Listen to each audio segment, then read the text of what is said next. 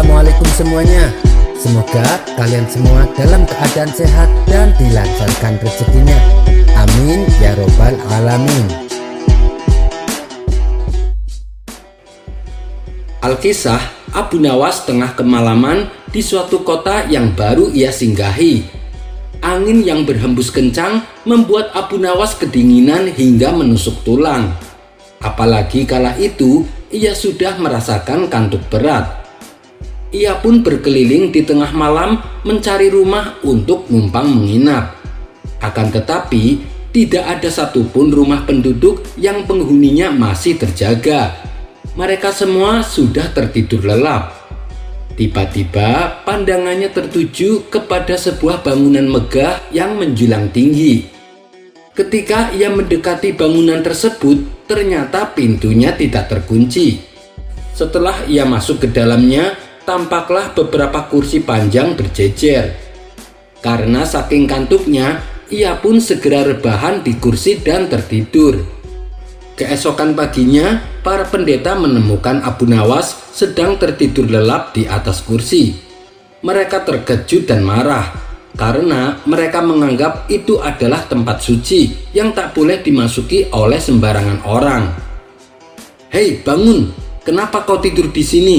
tanya seorang pendeta dengan nada tinggi. Abu Nawas yang masih kantuk perlahan-lahan membuka kedua matanya. "Maaf Tuan, saya numpang tidur. Semalaman aku belum istirahat," jawab Abu Nawas.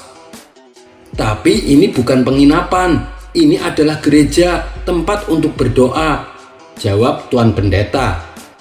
"Apa kalian yakin kalau ini tempat yang tepat untuk berdoa?" tanya Abu Nawas.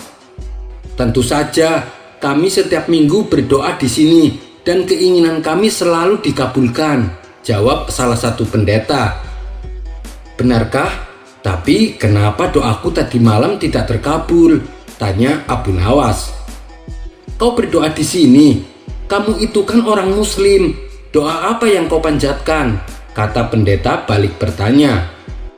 "Aku berdoa agar tidurku tidak terganggu, tapi ternyata kalian datang membangunkanku," jawab Abu Nawas. Para pendeta ini pun tertawa mendengar jawaban Abu Nawas. Mereka lalu menyarankan supaya beristirahat di tempat yang sudah disediakan. Kisah selanjutnya. Sebenarnya Abu Nawas sudah malas untuk meladeni Abu Jahil, karena walau bagaimanapun Abu Jahil adalah tetangga dekatnya. Ia tak ingin antara dirinya dan Abu Jahil timbul perselisihan. Tapi namanya saja Abu Jahil, ia tak ada kapok-kapoknya menantang Abu Nawas. Padahal setiap kali Abu Nawas meladeninya, Abu Jahil selalu menanggung malu akibat kekalahannya. Dan pada kisah kali ini, Abu Jahil menantang Abu Nawas untuk main tebak-tebakan. Suatu kali di warung tempat biasa Abu Nawas nongkrong, Abu Jahil sesumbar kalau Abu Nawas selalu menghindar bila ditantang untuk main tebak-tebakan. Kawan-kawan Abu Nawas yang mendengar perkataan Abu Jahil merasa tak yakin kalau Abu Nawas tidak berani menghadapi tantangannya. "Masa sih Abu Nawas takut dengan tantanganmu?" tanyanya kepada Abu Jahil. "Ya, saya tidak tahu. Kenapa kamu tidak tanya langsung kepada orangnya?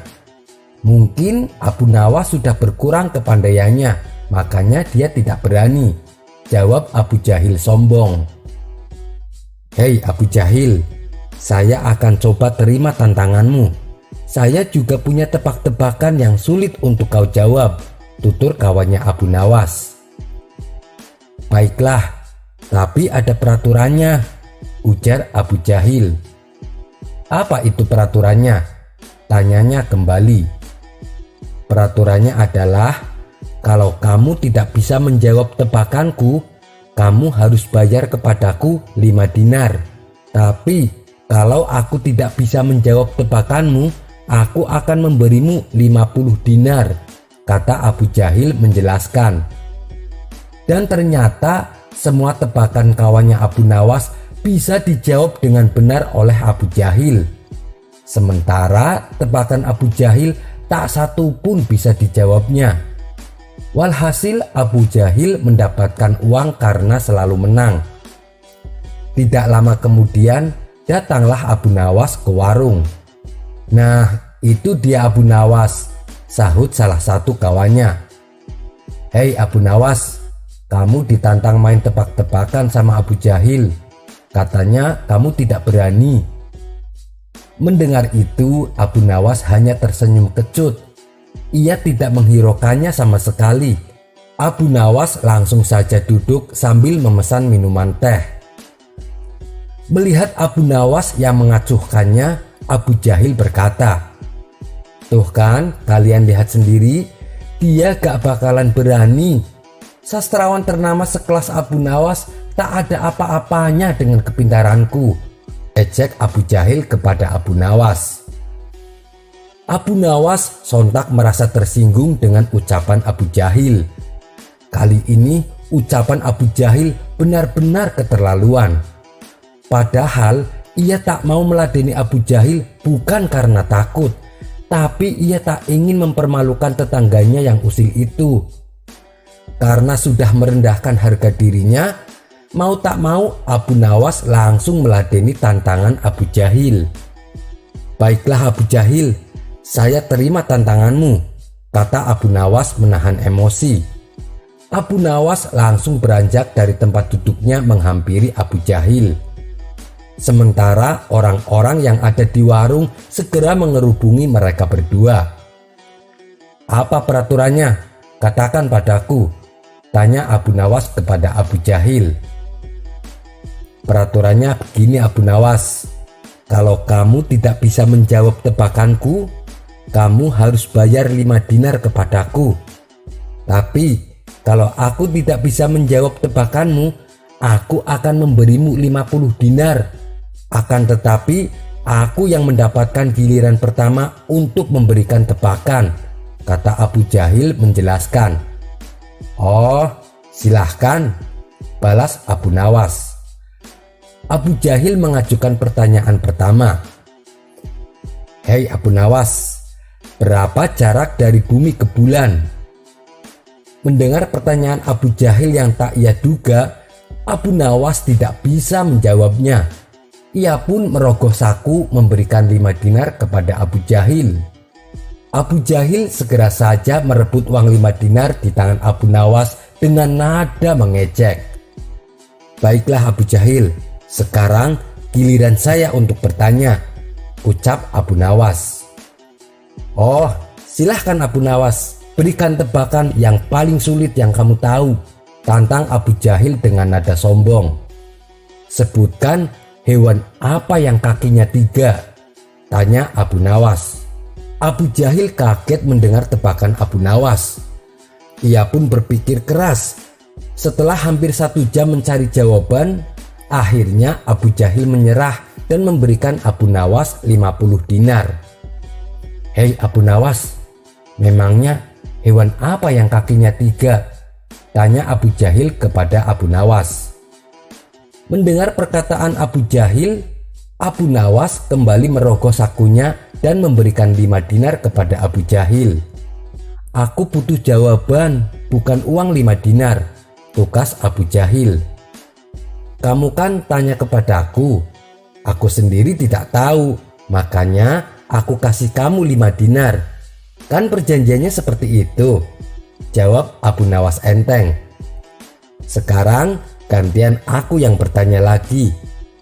Hewan apa yang kakinya 3? Tanya Abu Nawas. "Loh, kok pertanyaannya itu lagi?" protes Abu Jahil. "Tapi kamu belum bisa menebaknya kan?" tutur Abu Nawas. "Iya sih, saya tidak tahu jawabannya," kata Abu Jahil. "Nah, karena kamu tidak bisa menjawabnya lagi, kamu harus memberiku uang 50 dinar, balas Abu Nawas. Abu Jahil pun kembali memberikan Abu Nawas 50 dinar. Ia lalu kembali bertanya kepada Abu Nawas, "Memangnya hewan apa sih Abu Nawas yang kakinya 3? Ditanya seperti itu lagi, Abu Nawas kembali merogoh sakunya dan memberi Abu Jahil 5 dinar. Ini maksudnya apa-apaan Abu Nawas? Aku tanya jawaban atas pertanyaanmu, kata Abu Jahil penuh emosi. Saya sendiri tidak tahu jawaban pertanyaan itu, makanya saya kasih kamu 5 dinar. Apakah permainannya akan dilanjutkan? Tantang Abu Nawas. Kurang ajar, aku malah dipermainkan Abu Nawas. Aku bisa rugi kehilangan uang banyak kalau caranya begini, pikir Abu Jahil. Dengan perasaan dongkol, Abu Jahil langsung loyor pergi meninggalkan Abu Nawas dan kawan-kawannya. Sementara Abu Nawas cekekekan melihat tingkah laku Abu Jahil. Kisah selanjutnya. Dikisahkan, Abu Nawas sedang menderita sakit pada salah satu matanya. Mendapat kabar tersebut, Baginda Raja lantas mengunjungi Abu Nawas untuk melihat keadaannya. Wahai Abu Nawas, kenapa tidak kau obati? Tanya Baginda Raja. Sudah Paduka Yang Mulia, jawab Abu Nawas. Oh, baguslah. Jangan lupa minum ramuan obatnya secara teratur, tutur Baginda Raja. Setelah ngobrol panjang lebar, Baginda Raja iseng-iseng bertanya, "Hei Abu Nawas, menurutmu apakah sakit mata ada manfaatnya?" Abu Nawas dengan entengnya menjawab, "Tentu saja ada Paduka, bahkan bisa menghasilkan uang." Baginda Raja yang tadinya hanya bercanda mendadak serius menanggapi jawaban Abu Nawas. "Bagaimana bisa Abu Nawas?" tanya Baginda Raja penasaran. "Begini Paduka Yang Mulia, apabila seorang tabib mengobati pasien yang sedang sakit mata, sekali berobat pasti biayanya mahal. Apalagi bila yang berobat adalah para pejabat istana, pasti dia akan menaikkan tarifnya. Paduka bisa bayangkan sendiri berapa banyak uang yang didapatkan oleh si tabib," celetuk Abu Nawas. Mendengar hal itu, Baginda Raja pun tertawa. "Ada-ada saja kamu Abu Nawas. Lalu untuk si penderita sendiri apa manfaatnya? Seperti kamu misalnya, kamu kan sedang sakit mata. Apa manfaatnya untukmu?" tanya Baginda Raja.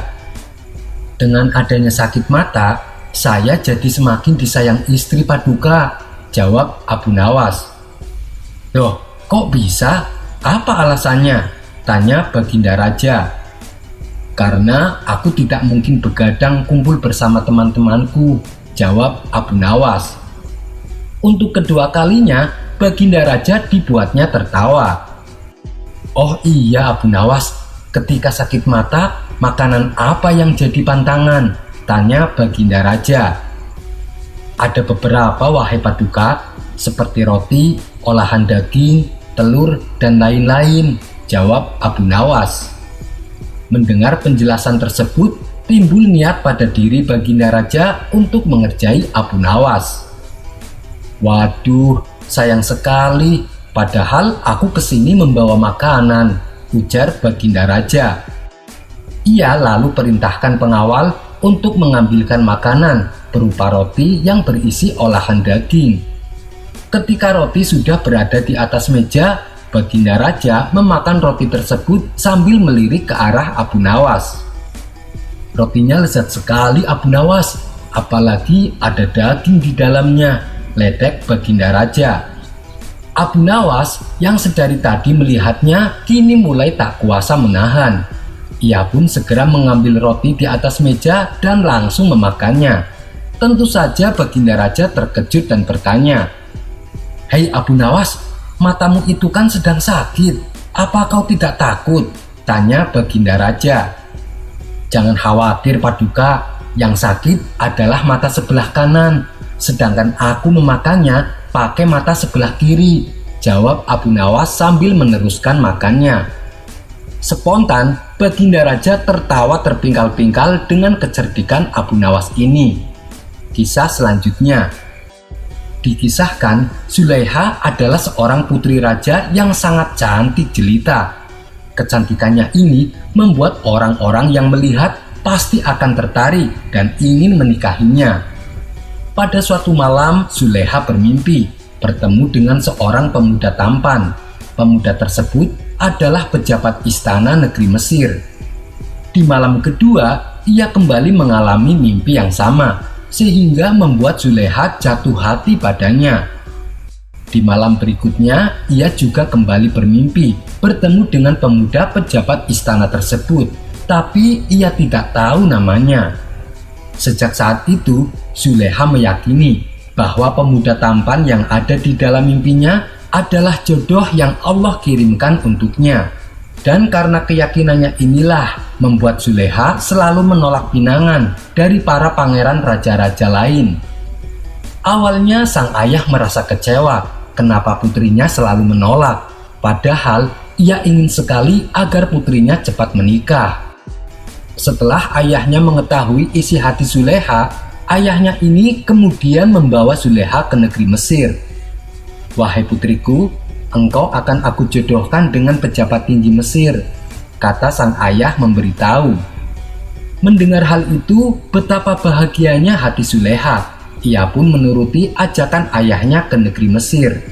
Akan tetapi, sesampainya di sana, Zulekha menjadi sangat kecewa karena calon suami yang dijodohkan bukanlah pemuda yang ada dalam mimpinya. Ingin rasanya ia menolak perjodohan tersebut, namun tiba-tiba ada suara gaib yang membisikkan hatinya. "Dia memang bukan pemuda yang ada dalam mimpimu, tetapi keinginanmu akan tercapai melalui dirinya. Janganlah kamu takut kepadanya, karena kehormatanmu sebagai perawan akan selamat bersama dengannya." Akhirnya, Zulekha pun bersedia menikah dengan pejabat menteri Mesir yang bernama Al-Aziz. Menteri Al-Aziz ini orangnya sudah tua dan menderita penyakit impoten, sehingga meskipun Zulekha menikah dengannya, keperawanannya masih terjaga. Beberapa bulan kemudian, suaminya ini membawa pulang seorang budak yang masih muda dan sangat tampan. Begitu Zulekha melihat pemuda tersebut, ia terkejut dan tak percaya, karena ia adalah pemuda tampan yang ada di dalam mimpinya berturut-turut. Dia adalah pemuda yang bernama Yusuf. Singkat cerita, diangkatlah Yusuf sebagai anak angkat suaminya. Semenjak kehadiran Yusuf di rumahnya, Zulekha seringkali menggoda dan mencari perhatian. Hingga pada suatu ketika, Zulekha melakukan perbuatan khilaf. Ia memaksa Yusuf untuk berbuat zina. Itu dikarenakan Zulekha tak tahan melihat ketampanannya. Peristiwa ini bermula ketika kondisi rumah sedang sepi. Zulekha lalu mengunci semua pintu dan berkata kepada Yusuf, "Wahai Yusuf, mendekatlah padaku." Dengan kecantikannya dan tubuhnya yang mempesona, Zulekha berharap Yusuf akan tergoda. Namun apa yang diharapkan di luar dugaan. Yusuf justru menolaknya dengan berkata, "Aku berlindung kepada Allah. Sesungguhnya suamimu adalah majikanku. Dia telah memperlakukan aku dengan baik. Sesungguhnya orang-orang zalim tidak akan beruntung." Kemudian Yusuf meninggalkan Zulekha. Zulekha yang merasa cintanya tidak terbalas segera mengejar Yusuf dan menarik bajunya, hingga baju yang dikenakan Yusuf menjadi robek di bagian belakangnya. Di saat itulah datanglah suami Zulekha dan melihat kejadian tersebut. Ketika ditanya apa yang terjadi, Zulekha malah menuduh Yusuf yang hendak memperkosa dirinya. Maka diadakanlah penyelidikan untuk mengetahui kejadian yang sebenarnya. Hasil dari penyelidikan itu barulah diketahui bahwa Zulekha yang bersalah. Lalu suaminya menyuruh Zulekha untuk bertaubat dan memohon ampunan kepada Allah. Kabar dan cacian kepada Zulekha pun menjadi perbincangan dari para istri pejabat tinggi dan para pembesar-pembesar istana kala itu. Mereka menyebarkan berita tentang kekejian perilaku Zulekha yang berusaha menggoda pelayannya. Hal itu pun membuat Zulekha berinisiatif mengundang mereka semua makan di rumahnya. Para tamu wanita itu lalu diberi pisau dan sebutir buah apel. Kemudian Zulekha sengaja memanggil Yusuf untuk hadir di tengah-tengah para tamu wanitanya. Begitu mereka melihat ketampanan Yusuf, mereka sangat terpana dan berdecak kagum. Hingga mereka tidak menyadari pisau yang seharusnya untuk mengiris buah apel justru mengiris tangan mereka sendiri. Dari situlah mereka baru memahami kenapa Zulekha sampai berbuat khilaf. Tapi berita tentang kejelekan Zulekha terus saja berhembus di masyarakat. Yusuf yang merasa iba akhirnya meminta kepada Menteri Al-Aziz supaya dirinya dipenjara. Hal ini untuk menepis anggapan bahwa Zulekha yang bersalah dan untuk mengembalikan nama baik keluarga Menteri Al-Aziz yang telah merawatnya selama ini. Mendengar hal itu, Menteri Al-Aziz bertambah kagum dengan sifat Yusuf yang rendah hati dan berbudi pekerti baik. Ia rela mengorbankan dirinya di penjara demi menjaga nama baik keluarga Menteri Al-Aziz. Ketika beberapa tahun Yusuf di dalam penjara, Menteri Al-Aziz akhirnya meninggal dan seketika Zulekha jatuh miskin. Perlahan penglihatan Zulekha menghilang dikarenakan tangisan yang berkepanjangan terhadap Yusuf pujaan hatinya. Nasib juga yang membuat Zulekha menjadi pengemis. Setelah sekian lama Yusuf di penjara, tibalah waktunya ia dibebaskan. Kala itu negeri Mesir sedang dilanda masa paceklik selama 7 tahun. Tapi berkat saran Yusuf kepada sang raja, negeri Mesir tidak dilanda kelaparan meskipun masa paceklik sampai 7 tahun lamanya. Akhirnya berkat jasanya, Yusuf pun diangkat menjadi pembantu raja. Tak lama setelah raja meninggal, Yusuf lalu diangkat menjadi raja Mesir. Suatu ketika, Yusuf yang sudah menjadi raja ini bersama para pengawalnya melewati jalanan kota. Tiba-tiba di tengah jalan ada wanita tua buta berkata kepadanya, "Maha suci Allah yang mengubah seorang raja menjadi budak karena dosa yang dilakukannya, dan mengubah seorang budak menjadi raja karena ketaatannya." Yusuf pun terkejut dan berkata, "Siapa itu? Bawa dia ke hadapanku." Kemudian para pengawalnya menuntun wanita itu ke hadapan Yusuf. Wanita tua itu lalu berkata, "Akulah yang pernah mengurusmu dengan sepenuh hati, menyisir rambutmu dengan tanganku, dan membesarkanmu di rumahku. Aku telah memuliakanmu, akan tetapi kebodohanku telah mengubah semuanya, sehingga aku hancur, hartaku habis, kemuliaanku hancur, kehinaan menguasaiku, dan aku menjadi buta. Kini aku menjadi orang yang dikasihani. Aku meminta-minta belas kasihan orang-orang. Inilah balasan bagi orang yang membuat kerusakan." Seketika Yusuf pun menangis. Ia baru menyadari bahwa wanita tua di hadapannya adalah Zulekha, wanita yang sangat mencintai dirinya. Kemudian Yusuf bertanya, "Wahai Zulekha, masih adakah rasa cintamu padaku meskipun hanya sedikit?" Zulekha menjawab, "Demi Allah, memandang wajahmu sekali lebih aku sukai daripada dunia dengan segala nikmatnya. Ulurkanlah padaku kepala cemetimu," pinta Zulekha. Yusuf kemudian mengulurkan cemetinya dan Zulekha meraihnya serta menaruh di dadanya. Seketika Yusuf merasakan ujung cemetinya bergetar karena gejolak hati Zulekha. Setelah pertemuan tersebut, di atas singgasananya Yusuf menangis memikirkan Zulekha. Ia lalu mengutus beberapa pengawal istana untuk menjemput Zulekha. Sesampainya di tempat Zulekha, pengawal istana itu berkata, "Jika kamu mau, Baginda Raja akan menikahimu dan kamu akan menjadi kaya." Namun tawaran tersebut ditolak Zulekha karena ia menganggap bahwa dirinya sudah tua dan buta, dan ia tak ingin menjadi ejekan para raja-raja lain. Pada hari berikutnya, Yusuf kembali melintasi jalanan kota didampingi para pengawalnya. Di tengah jalan, Zulekha pun mendatanginya lagi untuk meminta bantuan. "Wahai Zulekha, kenapa kau tidak datang ke istanaku?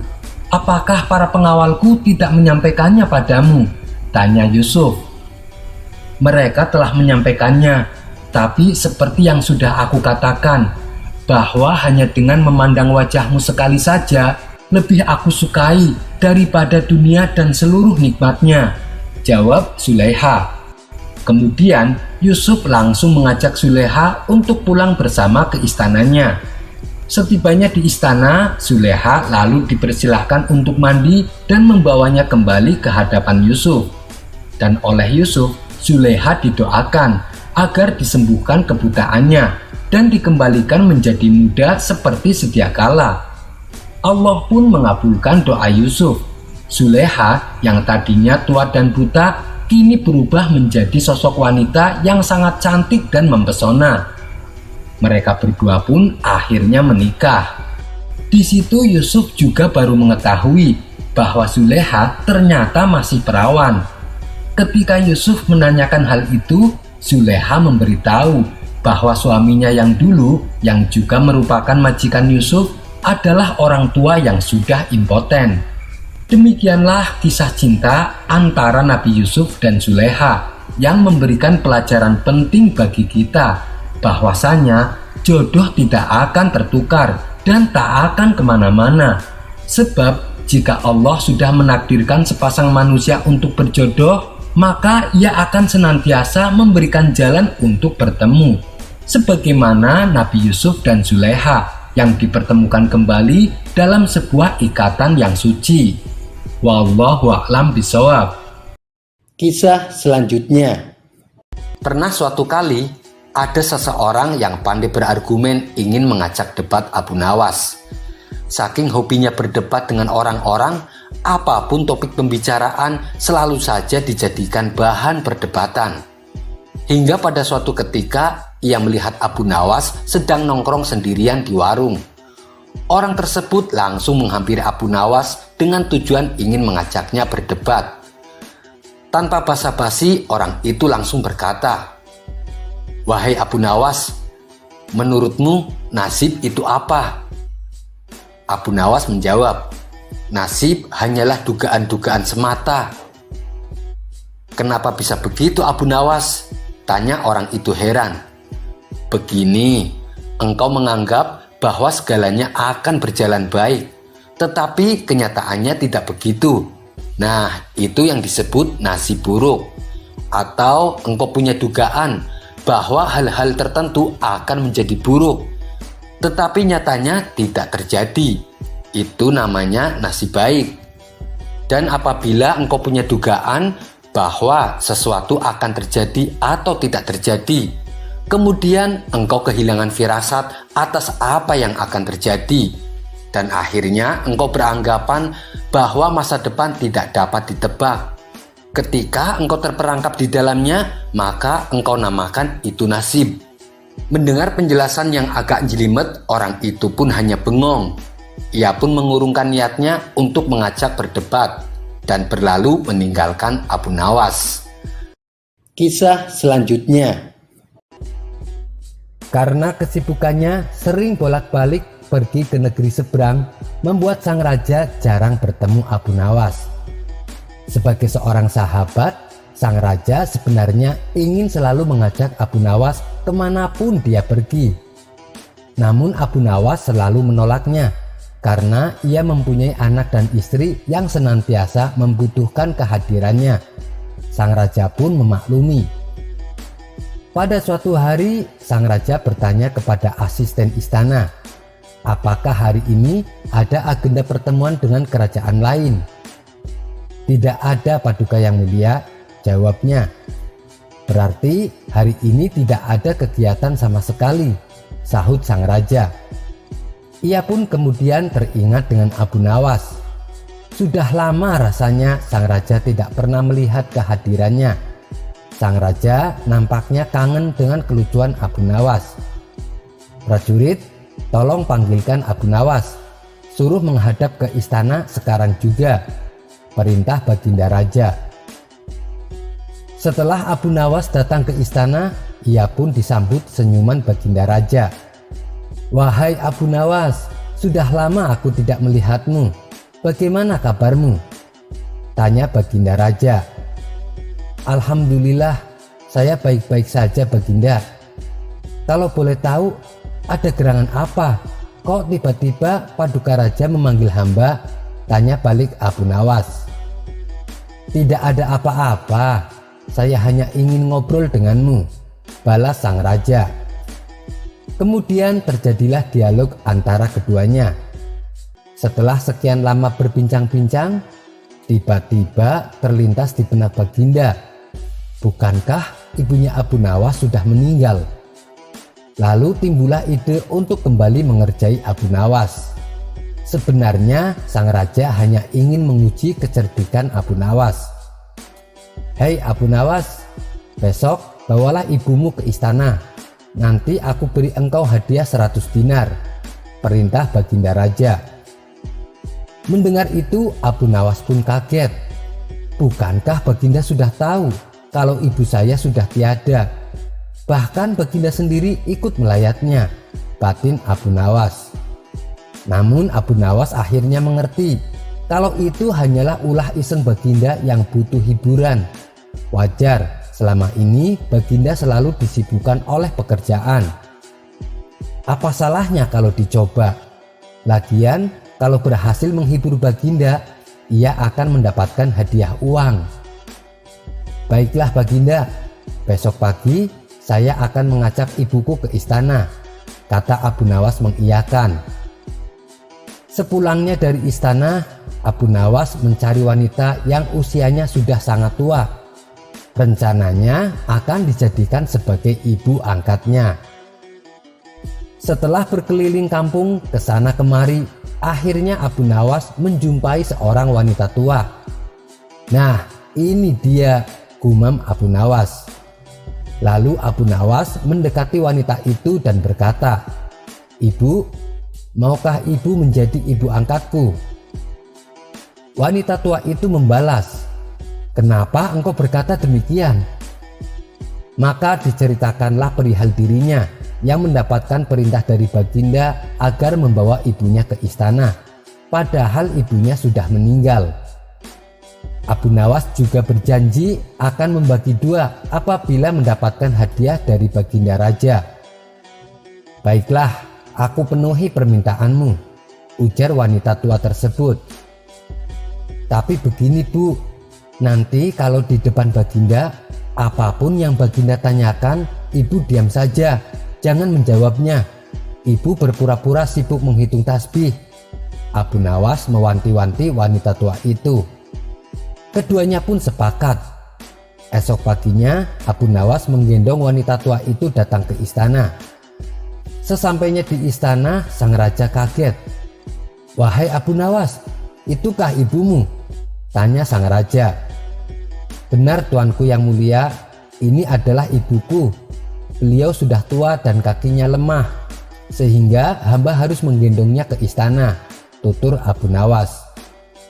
Kemudian Baginda Raja bertanya kepada si wanita tua itu, "Apakah benar engkau ibunya Abu Nawas?" Wanita tua itu diam saja sesuai permintaan Abu Nawas. Ia berpura-pura sibuk menghitung tasbih sambil mulutnya komat kamit. Melihat hal ini, tentu saja Baginda merasa tersinggung. "Hai ibu, ibu sangat tidak sopan kepada saya. Kalau ibu tak mau menjawab ataupun berkata bohong, maka saya akan menghukum ibu." Seketika wanita itu menjadi ketakutan. Ia pun segera membuang tasbihnya dan berkata, "Ampun Baginda yang mulia, ini semua atas permintaan Abu Nawas. Saya disuruh bersandiwara menjadi ibunya dia untuk mendapatkan hadiah dari Paduka, dan katanya hadiahnya akan dibagi dua denganku." Begitu mendengar pengakuan wanita tua tersebut, Baginda langsung tertawa terbahak-bahak.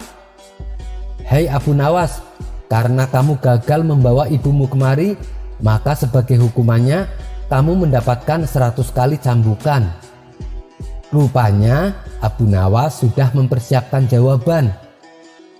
"Ampun Baginda yang mulia, tapi saya sudah berjanji kepada wanita tua itu. Apapun hadiah yang akan saya dapatkan dari Baginda akan hamba bagi menjadi dua. Oleh karena itu, Silahkan Paduka mencambuk saya 50 kali dan 50-nya lagi diberikan kepada wanita tua itu. Dalam hati Baginda berkata, jangankan dicambuk 50 kali, dicambuk sekali saja mungkin wanita tua itu bisa mati. Karena merasa kasihan telah diperalat oleh Abu Nawas, Baginda Raja pun memberikan 50 dinar kepada wanita tua itu. Sang raja juga berpesan agar tidak cepat percaya kepada Abu Nawas bila lain kali bertemu dengannya. Dengan sukacita wanita tua itu menerima hadiahnya.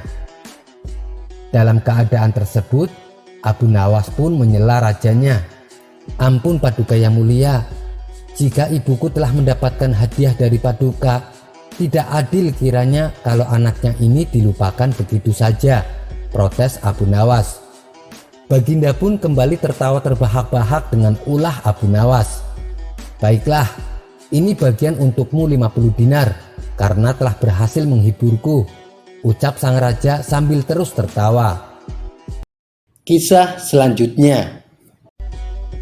Ada sebuah kisah menarik dari Sultan Murad keempat, Sultan Kekaisaran Ottoman yang berkuasa pada tahun 1623 sampai 1640.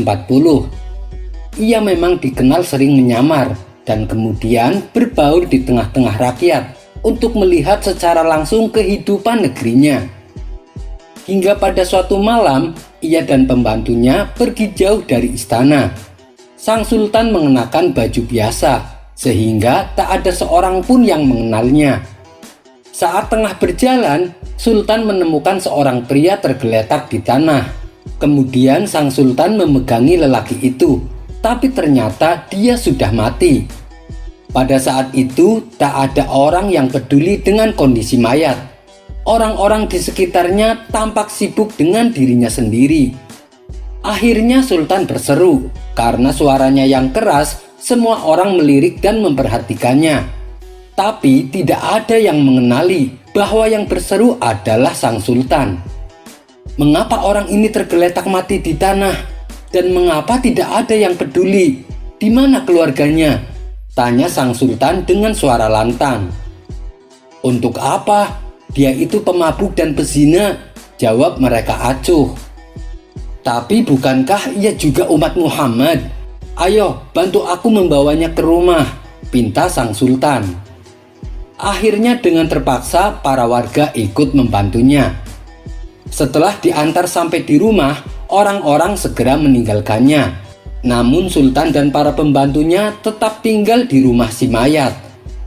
Ketika sang istri melihat suaminya sudah meninggal, dia pun mulai menangis. Lalu sang istri berkata kepada suaminya yang sudah menjadi mayat, "Aku bersaksi bahwa engkau adalah lelaki yang soleh." Mendengar hal itu, sultan pun menjadi bingung. Bagaimana Anda bisa mengatakan bahwa suami Anda ini orang soleh, padahal orang-orang mengatakan bahwa suami Anda adalah pemabuk dan pezina? Begitu banyak orang yang mengatakan soal buruk tentang suami Anda, sehingga tidak ada yang peduli. Bahkan ketika dia meninggal pun, mereka membiarkannya tergeletak di jalanan, tutur sang sultan. Memang suamiku setiap malam pergi ke kedai membeli minuman keras. Bukan hanya 1 botol, tapi dia membelinya banyak sekali. Kemudian minuman yang dibelinya dia bawa pulang dan ditumpahkannya ke tanah tanpa dia minum sedikit pun. Lalu suamiku berkata kepadaku, "Malam ini aku menyelamatkan umat Islam dari perbuatan mabuk-mabukan." Selanjutnya suamiku pergi ke tempat pelacuran. Ia memberi si pelacur sejumlah uang dan menyuruhnya menutup pintu sampai pagi. Dia kemudian kembali ke rumah untuk kedua kalinya dan berkata, "Malam ini aku menjaga umat Islam dari perbuatan zina." Akibat perbuatannya ini, para warga menganggap bahwa suamiku tukang mabuk dan tukang zina. Hingga pada suatu hari aku berkata kepadanya, "Wahai suamiku, engkau dianggap buruk oleh orang-orang. Kalau kau mati, saya khawatir tidak akan ada satu orang pun yang mau memandikanmu, tidak akan ada yang mau mensolatkanmu, dan tidak akan ada yang mau menguburkanmu. Tapi suamiku malah tertawa dan menjawab, "Jangan takut, Tuan Sultan bersama dengan orang-orang saleh akan mensolatkan jenazahku." Setelah mendengar penuturan cerita istri si mayat, seketika sang sultan terkejut. Ia pun berkata sambil menangis, "Demi Allah, dia mengatakan kebenaran, karena aku adalah Sultan Murad. Besok kita akan memandikannya, mensolatkannya, dan menguburkannya." Keesokan harinya, sang sultan mengundang semua para ulama untuk bersama-sama memandikan dan mensolati jenazah si mayit. Kisah selanjutnya. Di majelis tempat Abu Nawas biasa mengajar, di hadapan anak-anak didiknya, Abu Nawas membacakan sebuah buku pelajaran. Karena terdengar membosankan, murid-muridnya ini banyak yang tertidur. Ketika jam pelajaran telah selesai, Abu Nawas pun segera membangunkan mereka. Kemudian pada sore harinya, Abu Nawas diundang oleh kepala desa untuk mengikuti sebuah pertemuan bersama masyarakat. Di tempat itu, Abu Nawas diminta untuk membacakan sebuah pidato. Karena tak punya persiapan yang matang, ia mengambil buku pelajaran yang dibawanya dan dibacakan di depan para hadirin. Mendengar pidato Abu Nawas yang membosankan, orang-orang yang hadir memilih untuk tidur. Singkat cerita, pertemuan pun berakhir dan Abu Nawas langsung pulang ke rumah. Setibanya di rumah, ia mendapati istrinya sedang marah-marah. Pasalnya, anak satu-satunya menangis dengan sangat keras dan tak bisa dihentikan.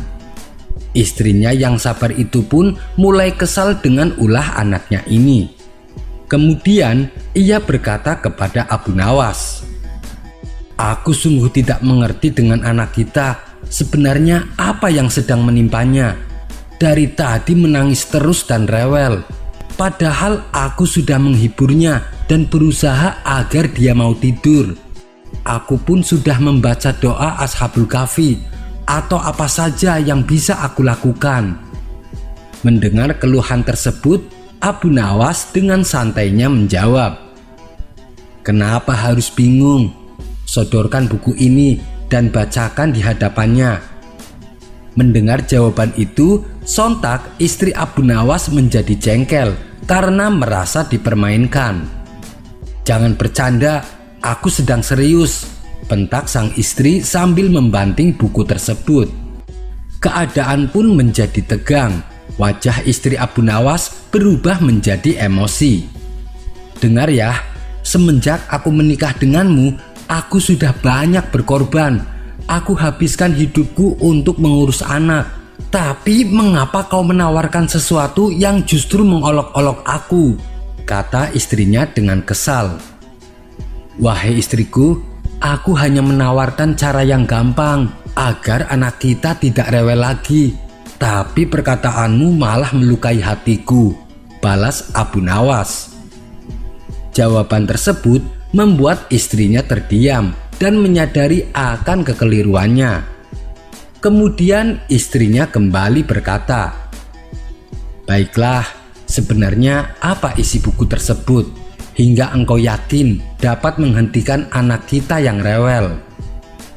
Abu Nawas membalas, "Nah, itu yang seharusnya engkau tanyakan.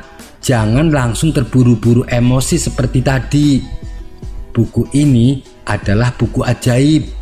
Ketika aku membacanya di depan murid-muridku, mereka banyak yang tertidur.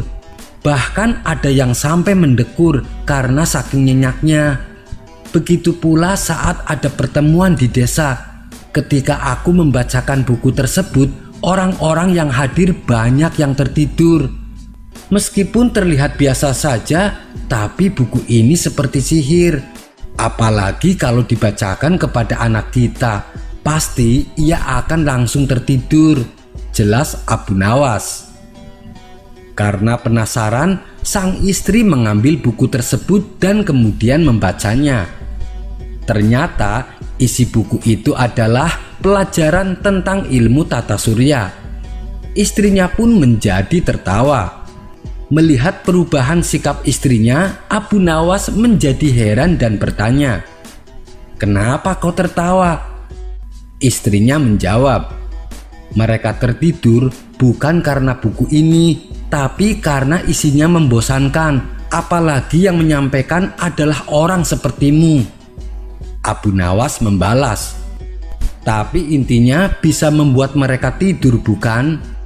Alasan Abu Nawas ini membuat sang istri hanya bisa bengong. Kisah selanjutnya. Dikisahkan pada suatu hari saat Abu Nawas berjalan keliling kampung, ia mendapati sebuah majelis yang ramai dikunjungi orang-orang. Karena penasaran, ia lalu mendatanginya. Ternyata di sana ada seorang ulama sedang menyampaikan ceramah tentang pentingnya beribadah. Abu Nawas pun tertarik dan ikut duduk di antara para jamaah. Di dalam ceramahnya, sang ulama terus-menerus menekankan kepada orang-orang agar jangan sampai lalai dengan ibadahnya. Kemudian salah satu jamaah bertanya kepadanya, "Wahai Syekh, bagaimana caranya agar kita bisa beribadah dengan khusyuk?" Ulama tersebut menjawab, "Takutlah bahwa siksa api neraka akan membakarmu, dan satu-satunya yang bisa menyelamatkanmu adalah ibadah yang kau lakukan." Lalu jamaah yang lain ikut bertanya, "Wahai Syekh, bagaimana caranya agar kita semangat beribadah?" Ulama itu kembali menjawab, "Yakinlah dengan ibadah yang kau lakukan, kau akan masuk ke dalam surga. Istana-istana megah akan kau dapatkan beserta dengan kenikmatan-kenikmatannya." Abu Nawas yang mendengar hal itu agak kurang sependapat dengan jawaban sang ulama, tapi ia memilih untuk diam. Pada keesokan harinya, Abu Nawas kembali mendatangi majelis tersebut. Kali ini ia membawa obor api di tangan kirinya dan seember air di tangan kanannya. Ia sengaja berjalan mondar-mandir di depan majelis yang dihadiri banyak orang. Melihat perilaku Abu Nawas ini, sang ulama agak terganggu dan juga merasa heran. "Wahai Abu Nawas, apa yang sedang kau lakukan? Untuk apa kau membawa obor api dan seember air?" tanya sang ulama. "Aku akan membakar surga dengan obor ini. Aku akan menyiram api neraka dengan air ini," jawab Abu Nawas. Tentu saja jawaban Abu Nawas membuat orang-orang di majelis kebingungan, termasuk sang ulama sendiri. "Apa maksud perkataanmu?" tanya sang ulama. "Agar orang-orang yang beribadah tidak lagi mengharapkan surga dan tak lagi mengharap agar diselamatkan dari siksa api neraka," jawab Abu Nawas. "Lalu, apa tujuan manusia beribadah?" tanya sang ulama kembali. "Beribadahlah karena cinta kepada Allah dan mengharap ridhonya. Harapan akan surga dan ketakutan akan api neraka inilah yang justru membuat umat Islam menjadi semakin jauh dari cinta dan kasih kepada Allah. Oleh sebab itu, aku ingin membakar surga supaya sirna segala harapan akan surga. Aku juga ingin menyiram api neraka supaya lenyap segala rasa takut umat Islam terhadap panasnya api neraka. Ketika kedua hal itu kulakukan, mungkin umat Islam akan menjadi lebih cinta kepada Allah. Karena cinta itu sendiri tanpa ada pengharapan terhadap surga dan ketakutan terhadap api neraka," jelas Abu Nawas. Begitu mendengar penjelasan Abu Nawas, sang ulama pun takjub dengan cara pikirnya. Kisah selanjutnya. Dahulu, negeri Babilonia atau yang sekarang negeri Irak dipimpin oleh raja yang sangat kejam. Ia adalah Raja Nebukadnezar. Beda dengan Raja Fir'aun, kalau dia hanya menguasai wilayah Mesir. Sedangkan Raja Nebukadnezar menguasai hampir seluruh dunia. Dialah satu-satunya raja yang pernah menghabisi jutaan kaum Bani Israel dan mengusir mereka dari tanah Palestina. Kisah ini bermula ketika kaum Bani Israel kembali pada kesesatannya.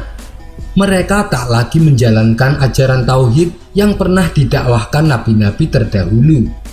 Perbuatan maksiat semakin merajalela dan menyembah kepada berhala kembali mereka lakukan. Kemudian Allah mengutus Nabi Armia untuk menyadarkan kaum Bani Israel agar kembali ke jalan yang benar. Dakwah Nabi Armia langsung mendapat penolakan dan pertentangan, bahkan ia mendapat ancaman pembunuhan. Namun ia tak gentar menghadapinya demi menjalankan perintah Allah. Pada suatu ketika Allah memberi wahyu kepada Nabi Armia bahwa akan ada serangan musuh yang bisa menghancurkan Bani Israel.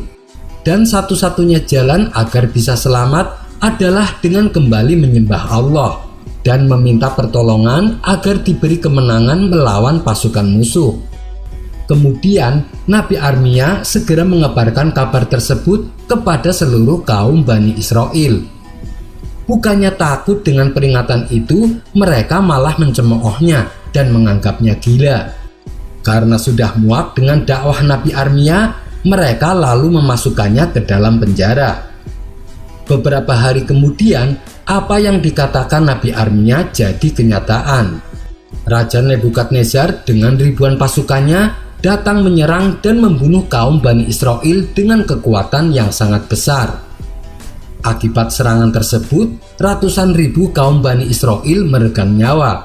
Sepertiga penduduk dibunuh dengan kejam, sepertiga penduduk ditawan sebagai budak. Tempat ibadah Baitul Maqdis dihancurkan. Anak-anak kecil dari para pejabat tinggi dijadikan budak. Begitu pula dengan putri-putri raja. Mereka semua digiring oleh pasukan Nebukadnezar dan menjadikannya sebagai tawanan. Jumlah tawanan dari keluarga kerajaan mencapai sebanyak 90.000 orang. Dari keturunan keluarga Nabi Daud sejumlah 7.000 orang. Dan dari keturunan nabi-nabi yang lain seperti Nabi Yusuf, Nabi Sulaiman, dan lain-lain berjumlah lebih dari 50.000 orang. Penyerangan yang dilakukan Raja Nebukadnezar dalam kurun waktu yang cukup lama. Kala itu, hukum yang berlaku di tengah-tengah kaum Bani Israel adalah hukum jahiliyah, yaitu hukum yang diberlakukan dengan penuh kekejaman dan kezaliman. Orang-orang yang sudah tua, anak-anak, dan orang-orang yang lemah dibiarkan terlantar. Nebukadnezar dan pasukannya menunggang kuda sambil menginjak-injak jasad penduduk yang telah dibunuh dengan penuh kekejaman. Anak-anak dan kaum wanita digiring ke pasar-pasar tanpa mengenal ampun dan belas kasihan, meskipun mereka semua sudah tampak kelelahan. Pembunuhan secara sadis pun terjadi di mana-mana.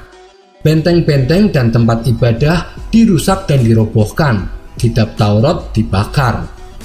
Kemudian Raja Nebukadnezar dan pasukannya menjarah semua harta benda dan makanan untuk dibawa pulang ke Babilonia. Tapi sebelum ia meninggalkan Palestina, salah satu panglima perangnya memberitahu bahwa kaum Bani Israel yang ia serang ada nabi utusan Allah yang telah memperingatkan mereka tentang kedatangan dirinya dan pasukannya yang melakukan penyerangan kepada mereka. Tetapi mereka mendustai nabinya itu. Bahkan mereka mengintimidasi, memukul, dan menjebloskannya ke dalam penjara.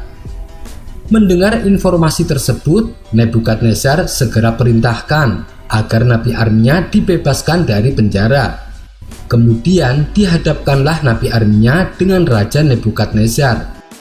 "Apakah kau telah memperingatkan kaummu itu tentang bencana yang akan menimpa mereka?" tanya Raja Nebukadnezar. "Iya, Allah telah mengutus aku kepada mereka, tetapi mereka mendustai diriku," jawab Nabi Armia. "Apakah mereka mendustaimu, memukulmu, dan menjebloskanmu ke dalam penjara?" tanya Raja Nebukadnezar kembali. "Iya, mereka melakukan hal itu kepadaku," jawab Nabi Armia. "Seburuk-buruk kaum adalah kaum yang mendustai nabi mereka dan mendustai risalah Tuhan mereka," kata Nebukadnezar. "Maukah engkau ikut denganku? Aku akan memuliakan dirimu dan memenuhi segala keperluanmu," ajak Nebukadnezar. Atau jika engkau lebih suka menetap di negerimu, maka aku sungguh-sungguh akan menjamin keamanan dirimu, kata Nebukadnezar melanjutkan. Nabi Armia membalas, aku senantiasa berada dalam perlindungan Allah selama aku tidak menyimpang dari ajarannya sesaat pun. Seandainya Bani Israel tidak menyimpang dari ajarannya, niscaya mereka tidak takut kepadamu dan kepada yang lainnya, dan engkau tidak akan dapat menguasai mereka. Setelah mendengar jawaban Nabi Armia, Raja Nebukadnezar dan seluruh pasukannya akhirnya meninggalkan negeri Palestina. Wallahu a'lam bishawab. Kisah selanjutnya. Di suatu pagi yang cerah, Baginda Raja Harun al-Rasyid mengajak beberapa menterinya pergi bertamasa ke sebuah tempat wisata. Tak lupa, Baginda Raja juga mengajak Abu Nawas untuk menambah suasana liburan menjadi asik. Di tengah-tengah perjalanan mereka menuju tempat wisata, dari kejauhan mereka melihat seorang kakek yang sedang menunggangi seekor keledai. Wahai menteriku, tanyai siapa orang tua itu, perintah sang raja kepada menterinya yang bernama Ja'far. Kemudian Ja'far mendekati kakek tua tersebut. Mohon maaf kek, kalau boleh tahu kakek dari mana? Tanya Ja'far. Aku dari Basroh anak muda, jawab si kakek. Emangnya kakek mau kemana? Tanya Ja'far kembali. Ini aku mau ke Baghdad, jawab sang kakek. Ada keperluan apa kek? Tanya Ja'far penasaran. Aku hendak mencari obat untuk mataku ini, jawab sang kakek sambil memperlihatkan matanya yang sedang sakit. Di tengah percakapan mereka muncul ide jahil Baginda Raja. Ia pun kemudian berbisik kepada Abu Nawas. Wahai Abu Nawas, coba kamu ajak kakek itu bergurau. Abu Nawas membalas, jangan Baginda, kasihan. Ia adalah orang tua. Saya takut kakek itu marah. Sudahlah, itu nanti urusanku. Intinya, ajak saja kakek itu bergurau, desak Baginda Raja. Baiklah, kalau begitu akan aku lakukan, ucap Abu Nawas. Ia pun segera menghampiri kakek yang sedang bersama Ja'far. Kek, misalkan aku berikan Anda resep untuk mengobati mata kakek itu, apa imbalannya? Tanya Abu Nawas. Aku akan berikan imbalan yang sesuai untukmu, jawab si kakek. Kalau begitu, dengarkan baik-baik resep ini kek, ujar Abu Nawas. Dengan raut wajah serius, si kakek tak sabar menunggu perkataan Abu Nawas. Jadi begini kek, kakek ambil 3 tiupan angin, 3 sengatan terik matahari, 3 pantulan cahaya rembulan, dan 3 sorot lampu biasa. Setelah semuanya terkumpul, maka kakek tumbuk pada sebuah lumpang yang tak berlubang. Kemudian kakek taruh ramuan yang telah lembut itu ke dalam sebuah mangkok besar yang sudah pecah berkeping-keping. Dan jangan lupa kakek harus menyimpannya di udara selama 3 bulan. Setelah masa 3 bulan lamanya, maka oleskan ramuan itu ke mata kakek yang sakit sebanyak 3 kali sebelum tidur. Insya Allah kakek akan sembuh, kata Abu Nawas. Mendengar perkataan Abu Nawas itu, sang kakek pun naik pitam. Akhirnya si kakek turun dari keledainya dan menghampiri Abu Nawas. Ambil keledai ini sebagai imbalan awal, kata si kakek sambil memalingkan wajahnya dari Abu Nawas. Jika setelah menggunakan resepmu itu mataku menjadi sembuh, aku akan memberimu lagi imbalan, seorang budak wanita yang setia melayanimu. Dan jika kelak ternyata kamu telah mati terlebih dahulu sebelum aku, budak wanita itu juga akan setia menemanimu di neraka sana. Ia akan setia meludahi matamu dan memukul wajahmu sambil berteriak dan mengejekmu. Abu Nawas tak menyangka, ternyata balasan gurauan si kakek lebih menyakitkan. Seketika Baginda Raja pun langsung tertawa terpingkal-pingkal. Sedangkan Abu Nawas hanya bisa melongo mendengar jawaban si kakek. Oleh karenanya, Baginda Raja kemudian memberi hadiah kepada kakek tersebut. Terima kasih Baginda yang mulia, kata si kakek dengan hati yang bahagia. Tak lama setelah itu, sang kakek pergi meninggalkan mereka. Namun, Baginda Raja masih saja tak bisa menahan ketawanya. Ia terus tertawa sepanjang perjalanan. Sementara Abu Nawas terus menggerutu mengingat kejadian barusan. Niatnya mau ngerjain si kakek, malah aku yang kena, sesal Abu Nawas. Mendengar Abu Nawas berkata demikian, bukannya kasihan, tawa Baginda malah semakin menjadi-jadi. Abu Nawas, baru kali ini aku melihatmu tak bisa berkutik, ujar Baginda Raja sambil terus tertawa. Sekian dulu perjumpaan kita kali ini. Sampai bertemu lagi di kisah selanjutnya. Terima kasih yang sudah subscribe dan setia menonton channel ini. Wassalamualaikum warahmatullahi wabarakatuh.